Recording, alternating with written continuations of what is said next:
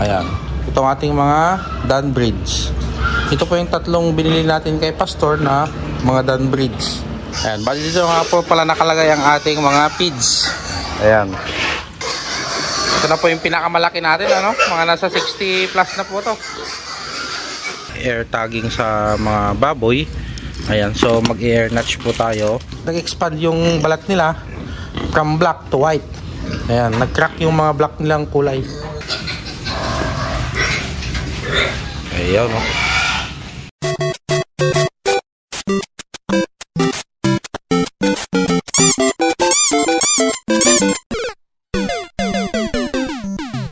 What's up guys?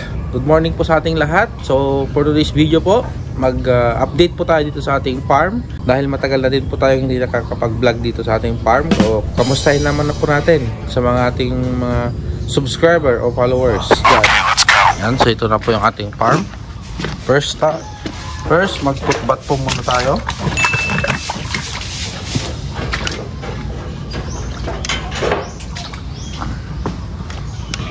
Yan, si Roel. Naglinis si Roel ng mga kulungan. Ayan. Today is November 6, 2025. Morning, 6:30 morning. Ayan. Ito na nga po pala yung ating mga alagang 5. Yan na sila ngayon. Naka-unli po yan sila, ha? Yan. Around mga, yung pinakamalaki, mga nasa 60 kilos na po yan. Pero itong mga kapatid niya, mga nasa around 55 kilos. 50 to 55 kilos. Ayan po sila. Bali, grower stage na nga po pala sila. Halos kaka-grower lang nila. Nakadalawang bag pa lang po ng mga grower itong mga to. Next naman po natin is, ayan, itong ating mga Dunbridge. Ito po yung tatlong binili natin kay Pastor na mga Dunbridge. Ayan, halos din na po sila nagkakalayo nung 5. Ito, mahahaba pa yung katawan. 2 landrace, 1 large white na Dunbridge. Ayan, gutom na sila. Oh no! Next na po natin is itong 7 binili natin sa San Jacinto, Pangasinan. Ayan, 4 po sila dito sa kulungan. Pinaghiwalay na po natin sila dahil hindi sila magkakasya kung silang 7 dito hanggang lumaki. Ayan, o. Mga nasa around, ano na din po itong mga to, ha? Mga nasa around 40 to 50. Mabibilog ang katawan. Oh yeah. Ito naman po yung, ito yung mga kapatid nila. Ayan. Ayan sila. Pinaghiwalay na po natin dahil ito po yung nahuling 2. Yung size. Ito, malaki yung katawan. Parehas nila. So, hinalo po natin ito isang malaking katawan para malakas po silang kumain. May kaagaw. Ganyan po. Kasi kung hayaan lang natin silang 2 dyan na hindi ganun kalakas kumain, wala silang kalaban sa pagkain. Oh, no! Ito naman po yung ating Dunbridge na binili kay Pastor ulit na patining na nung binili natin. Ayan, napakalaki na po niya. Bali, nagigestating stage na nga po pala to, si Cordapia. Ito po ay isang landrace na Dunbridge. 5 months na po siya. Kasi nung binili po natin noong September is, ano na po yan sila. Sabihin na natin 1 month, mahigit. So, ang mga expected na paglalandi nito is mga January to February na. Ayan, napakalaki po ni Cordapia, ang lapad ng likod. Ayan, medyo dinadayet nga po namin to ng konti dahil hindi niya mabuhat yung sarili niya kung sakaling magbuntis na siya. Bali, yung pagkain nga po pala niya is hinahaluan natin ng sisikal para malakas ang kanyang buto-buto. Next naman po natin is yung ating mga native. Ayan, lalaki ng mga native natin. Bali, 3 na lang po yan sila dahil binili po ng auntie ko yung isa. Pinalitson niya na po. Nope. Ayan, kinuha niya po ng 10,000 yung isa. Mga nasa around 35 kilos na po itong mga to, no? Si Tisay. Mababait po itong mga native na to. 14 po yung mga daddy ng mga yan. So pwede po natin gawing inahin yung mga yan. At mga babae po halos lahat yung mga yan. Pati yung binili pong isa is babae din po yun. 14 din po yung daddy niya. Ito medyo pumuputi ng konti oh. Puputi ng balat nila. Native po yung mga yan ha. Black po yan. Pero dahil sa katabaan nila, nag-expand yung balat nila from black to white. Ayan, nag-crack yung mga black nilang kulay. So ngayon po, makikita nyo po, maglilinis po muna tayo ng mga kulungan. Saka po tayo magpapakain ng mga alaga natin. Let's go!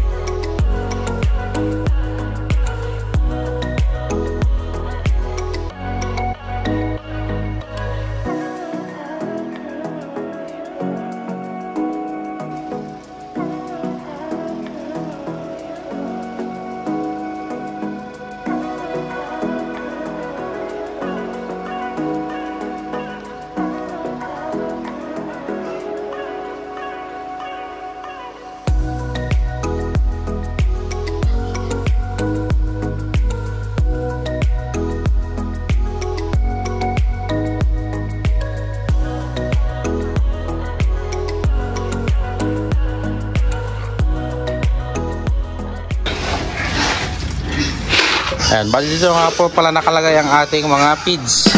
Ayan, mga toyo. Grower.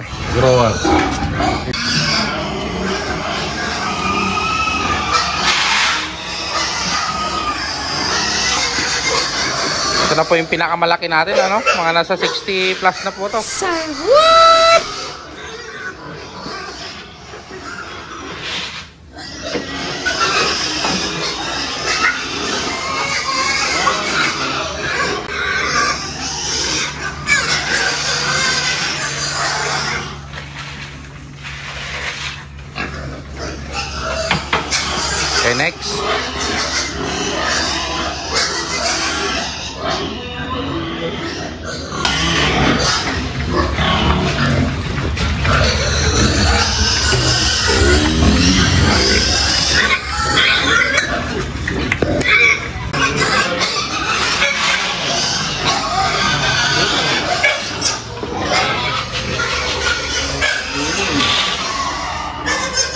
Yan, mga naka-grower na din po itong ating mga Dunbridge.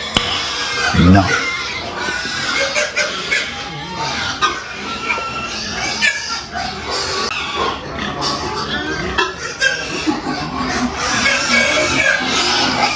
Gamit na gamit nga po pala itong ginawa nating unli feeder nila, no? Hoy! Bali, ito nga po pala yung mga gagawin nating materyales para sa ating gagawing mga inahin. Ayan, napakahaba ng mga katawan nila.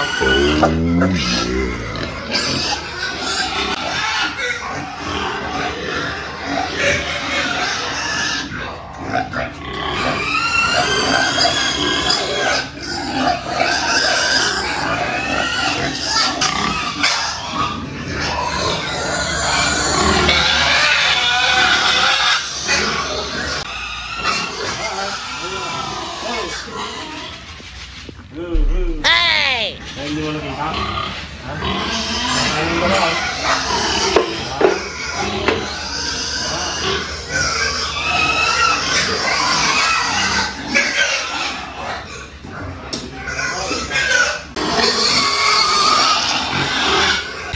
Itong mga pito nga po pala natin na mga pit rin na mga baboy is naka-starter pa po yung mga yan, ha.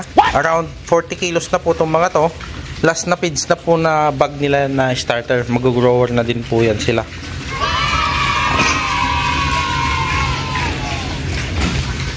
Ito, si Dunbridge natin. Yung mga yan po is isa po yung pinanggalingan ng mga yan kay Pastor. Ayan.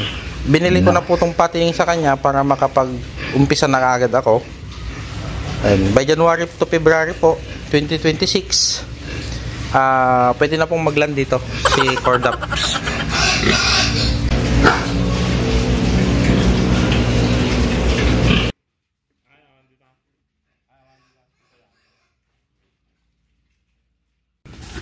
Ay, bali, hahaluan nga po pala ni Roel ng sisikal yung kinakain ni Cordapia, yung ating gilt. Ayan. Para po pangpatibay ng mga buto-buto yun ng ating mga inahin. Calcium.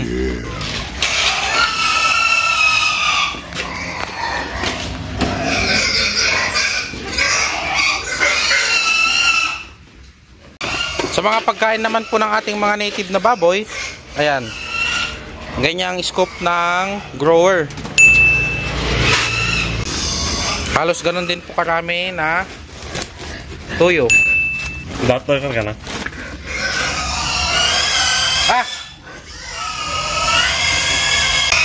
Hop. Ay, naghahalo nga din po pala tayo ng molasses sa mga native natin. Ayun, no. Konti lang po yung mga no, nilalagay natin molasses diyan dahil yung feeds po may halo na pong molasses yan. Saka mekos ni Roel yan. Alam.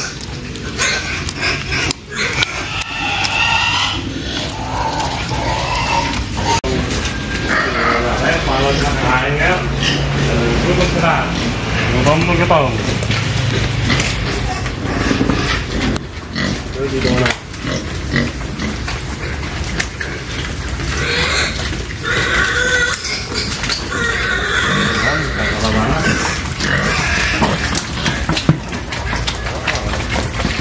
Din ng maayo.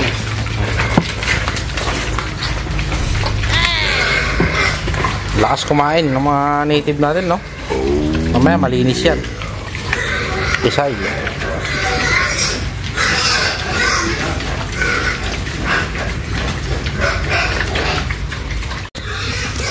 Nahanap nga po pala natin yung ating air tagging sa mga baboy. Ayan, so mag-air notch po tayo na